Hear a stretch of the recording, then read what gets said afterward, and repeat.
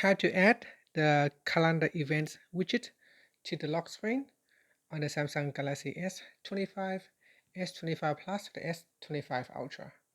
First, tap on the home button to return back to the home screen. Then from the home screen, swipe down at the top to open up quick settings. Next, tap on the settings icon. Then we scroll down and then tap on wallpaper and style. And here, tap on the left hand side panel. At the top here, tap on the clock panel right here. And then tap on style tab at the bottom. Now from here, swipe across and we're going to select this style right here. So normally it is the clock style. So you want to swipe across and select a calendar event style.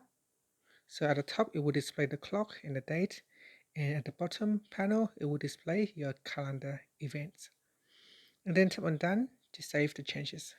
Then tap on the home button to return back to the home screen. Now if you go to the lock screen, you can see now it will display your date and time at the top with your calendar events at the bottom. And that's it. If you find this video helpful, please like and subscribe to my channel for more videos.